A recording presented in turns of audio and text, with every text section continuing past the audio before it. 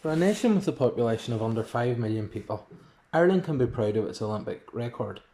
A return of 31 medals is highly respectable, although it couldn't be said that they were particularly dominant at any stage, at least according to the official records. Ireland's best return in terms of sports has come in boxing, with 16 medals, which is not that surprising considering the reputation the Irish have in the fight game. Athletics comes next with a tally of 7 medals, and then there is the asterisk over Michelle Smith's heroics in the swimming pool at the Atlanta Olympics in 1996, when she won 3 golds and a bronze, but those medals are somewhat tainted after she was later banned for tampering with drug test samples. A pair of sailing medals and one each in equestrian and rowing complete the tally for the Emerald Isle. However, Ireland's greatest ever period of success, and in fact domination, wouldn't jump out immediately if you look at the record books, and instead you would have to delve a bit deeper. Prior to Ireland officially making their Olympic debut at the 1924 Olympic Games in Paris, Irish athletes were no stranger to competing and winning at multiple Olympics. In fact, more Irish athletes won medals before the Irish state was officially a member of the International Olympic Committee than they have since, with the 1908 Olympics actually returning 33 medals for Irish-born athletes itself. When the modern Olympics began with the Athens Games of 1896, Ireland was a part of Great Britain. This was an issue for many Irish athletes, as they didn't want to compete for what they regarded as an occupying force, with feelings also strong that Britain had allowed so many Irish people to die during the Great Famine of the mid-19th century. Many athletes were forced to compete for Britain, although often it wasn't without protest. Others used their athletic prowess as a ticket out of Ireland and away from British rule to move to North America, where Irish people had long since been immigrating to. In the very early games, national Olympic committees weren't in place yet, so athletes competed in teams or for themselves and not necessarily as part of a national side. In the first Olympics, John Pius Boland won both the singles and doubles of the tennis events. In the doubles, his partner was Friedrich Traun of the German Empire. When they were receiving their medals, the flags of the German Empire and the Union Jack were flown, and Boland, who would later be a politician in the Irish Nationalist Party, is said to have complained that this wasn't his flag. In 1905, the British Olympic Association was born, and Irish athletes would now officially have to represent Britain rather than themselves, unless they emigrated to another country, which is what quite a lot of them done, with the east coast of the United States, and New York in particular, becoming a popular destination for these athletes, where there was already a successful athletics club formed which was full of the very best of Irish athletic talent. Irish immigrants had been moving to the USA since the early 19th century, with numbers rising throughout the famine and into the latter 19th century. They weren't popular in their new nation, and there was a large feeling of mistrust of foreigners, with many feeling the Irish were beneath them. One thing that helped this was sport. Many Irish turned to boxing, baseball, pedestrianism, which was like a modern day race walking, and athletics. This helped them achieve acceptance, but there was still an element of snobbery, as shown in an article in the New York Times in 1890, suggesting that an early version of Madison Square Garden was above the standard of the Irish athlete and fan, so they shouldn't be there. Even the New York Athletic Club snubbed many of the Irish stars, so a decision was made to form a new club. The Greater New York Irish Athletic Association, which later changed its name to the Irish American Athletics Clubs, was formed at the end of the 19th century, and everyone was welcome there. P.J. Conway formed the club and served as president in its early years. They built a top-class athletics facility in Queens called Celtic Park, and it would be their home until 1930. The club also had top Jewish athletes like Abel Kiviat and Meyer Prinstein, as well as the first African American to win a gold medal, John Baxter Taylor Jr., among their members. With a place to train without having to be treated as a second-class citizen, the opportunity was there for the Irish athletes to thrive, and thrive they did. While there was athletic success right across the board, it was in the throwing disciplines where the Irish would truly make their mark, particularly in the hammer throw, which the Irish would make their own for much of the first 30 years of the 20th century, thanks to a very special group of athletes.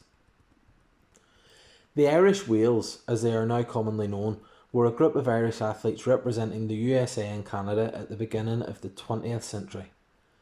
These were big, strong men, and they seemed to have a real knack for throwing heavy objects, be it the hammer, the shot put, or even a 56-pound weight. Between them, they won 10 gold medals, 5 silver medals, and 3 bronze medals at the Olympics, with a further 2 gold and 3 silver being won at the 1906 Intercalated Games in Athens, which was essentially an Olympic Games held in Athens to appease the Greeks, who wanted to hold every Olympics, and it's no longer recognised by the IOC. So who were the Irish Whales?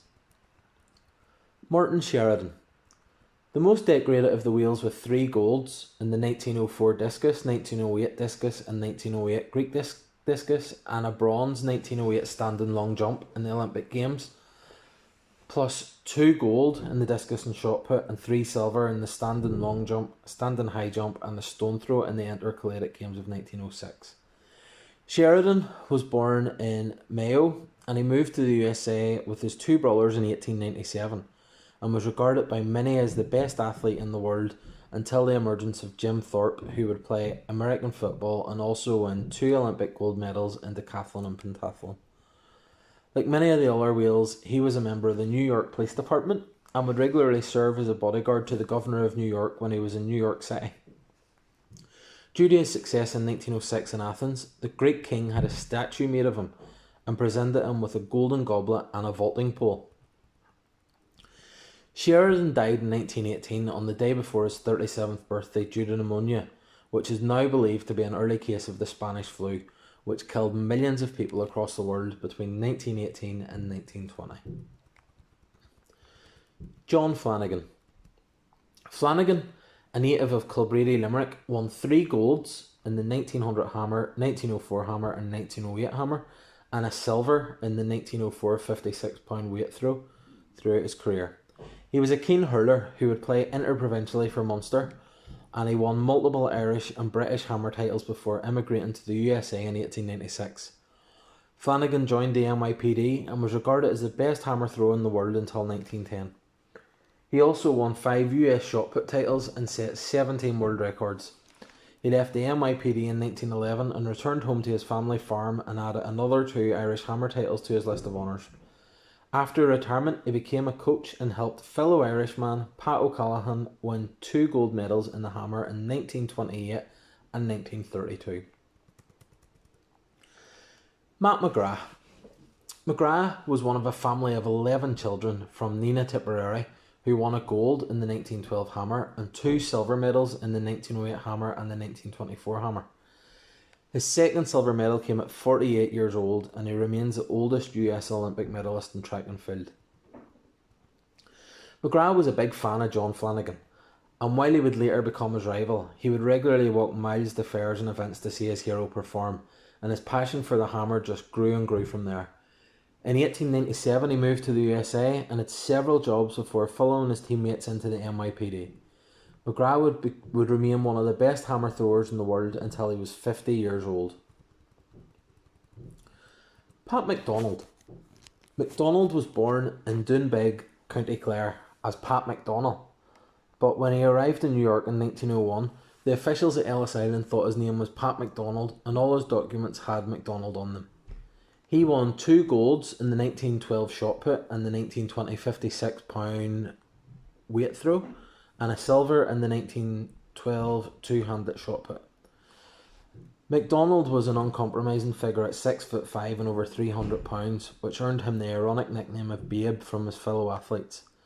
Another member of the NYPD, he once saved 2 children from drowning and reached the rank of captain before retiring in 1946. He was a highly popular and respected athlete in the USA, and was selected to carry the Stars and Stripes at the 1920 and 1924 competitions, a feat that has only been achieved by one other person, the fencer Norman Armitage, who carried the flag on 3 occasions. Paddy Ryan. Ryan was born in Palace Green, Limerick, and won a gold in the 1920 hammer and a silver in the 1920 56-pound weight throw. He was a member of the GAA and won 11 Irish hammer titles under them and the Irish Amateur Athletic Association. Ryan moved to the USA in 1910 and joined the NYPD, but he was ineligible to compete in the 1912 Olympics as his citizenship hadn't been confirmed yet. He served for the US Army in France during World War I and later returned to Ireland in 1924 to take over the family farm. James Mitchell. Mitchell is regarded as the original wheel and first broke the world record for the hammer in 1892. A native of Tipperary, he won multiple Irish and British titles in weight throwing events while breaking national records several times. In 1888, he was part of the GAA's famous invasion tour of the USA and was undefeated in every event he participated in. He decided not to return home and took up a job in the NYPD.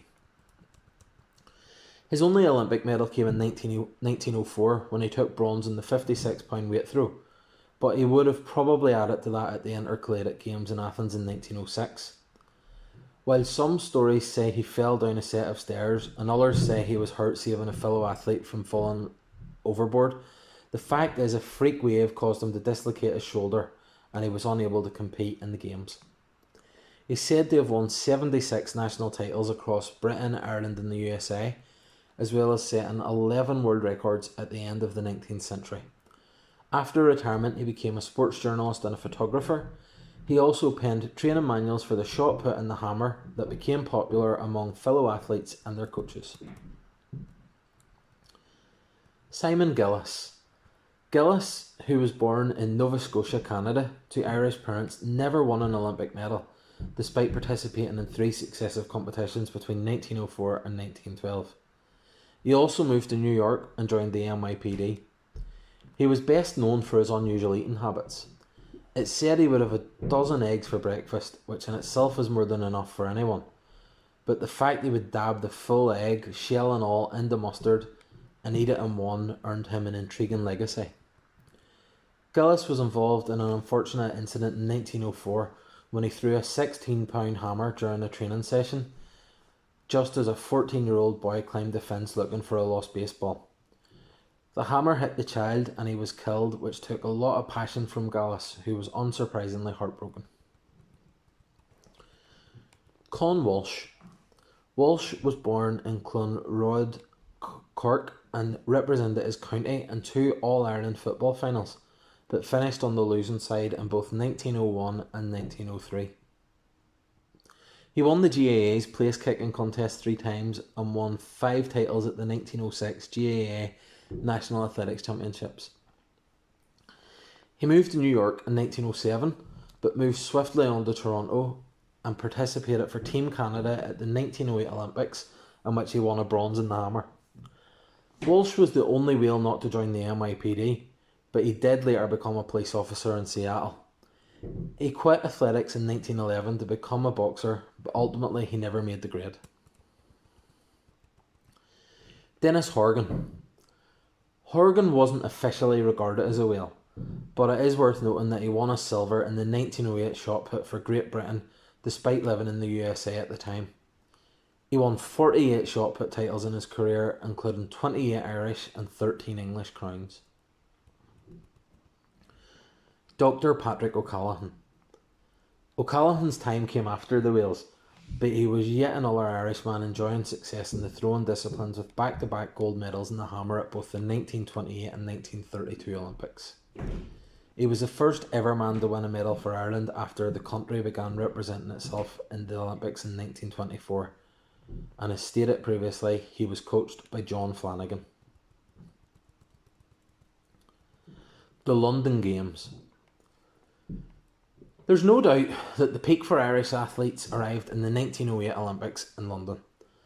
Native Irish athletes won 8 gold medals, 17 silver and 8 bronze, with the likes of Tim Ahern in the triple jump, Robert Kerr in the 100 and 200 metres, John Hayes in the marathon and Con Leahy in the high jump, helping the wheels boost Irish success.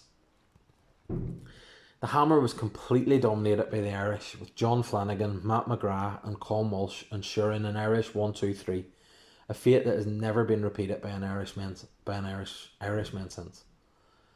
Other medals were added in the discus, Greek discus and standing long jump, but it could be argued that the biggest impact of Irish men at the competition came before the Olympics even began. Martin Sheridan was initially supposed to carry the US flag at the opening ceremony, but it was a well-known fact that he harboured a grudge against the English due to their conduct during the famine, and it was feared he would do something that may provoke an international incident. Instead, it was decided that Ralph Rose would carry the flag, but it still wasn't enough to stop the Irish men going rogue. King Edward VII was in the royal box, and as each team passed by, their flag bearer was supposed to dip their national flag as a show of respect for the monarch of the host nation. However, Matt McGrath broke ranks and is reported to have told Rose that if he dared dip the flag, he would put him in hospital, and Rose, aware that McGrath was not a man to cross, followed his orders and did not dip the flag. This caused uproar, with the English hugely offended at this show of disrespect. There was also some outrage in America, as a lot of the press were annoyed that the USA had been dragged into Anglo-Irish affairs, which they felt were none of their concern. However, as the games went on and a clear rivalry emerged between the USA and their hosts, attitudes softened as many suspected the hosts were getting more than a few unfair advantages.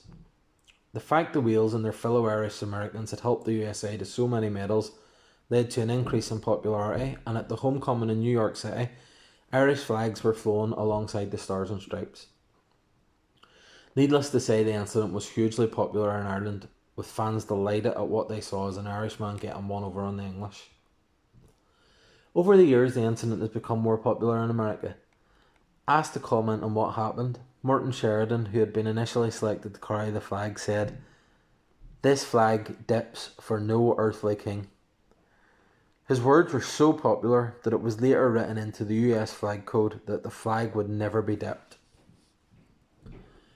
Tales of the Irish Wales are legendary, with two of the most famous coming from Arthur Daly, a journalist for the New York Times. Daly gave a reason for the athletes becoming known as the Wales, saying that a waiter who helped serve the team on their way to the 1912 Stockholm Olympics was so tired at constantly serving them that he said they took 5 plates of soup and 3 or 4 steaks per sitting, and that it's Wales they are, not men. Another of Daly's anecdotes comes from a trip to Baltimore, where the Irish American Athletics Club were competing. Simon Gillis placed an order for 27 dozen oysters and 6 large T-bone steaks, and when he arrived at the restaurant with Pat McDonald and Matt McGrath, the waiter had laid out a table for 33 guests, when in the reality the huge order was for just the 3 of them. Over the years, the Wales brought a lot of success to their adopted countries, and even more to the Irish American Athletics Club. At Olympics, IAAC members won 54 medals, and between 1904 and 1916, the club won the Amateur Athletic Union National Championship 10 times outdoors and 7 times indoors. Sadly, it couldn't last forever, and the club disbanded in the early 1920s, with the war and the Prohibition era hitting the club hard. With the Wales careers coming to an end, it was time to pass the baton, and for the first time, Team USA failed to win a gold medal on the hammer at the 1928 Games in Amsterdam. It wasn't quite a seismic change though, with Dr. Pat O'Callaghan taking the top prize for Ireland. He was able to defend his title 4 years later, and while the Irish have punched above their weight since, they've never been able to repeat the success and dominance of the legendary giants known as the Irish Wales, who made weight throwing their own in the early 20th century.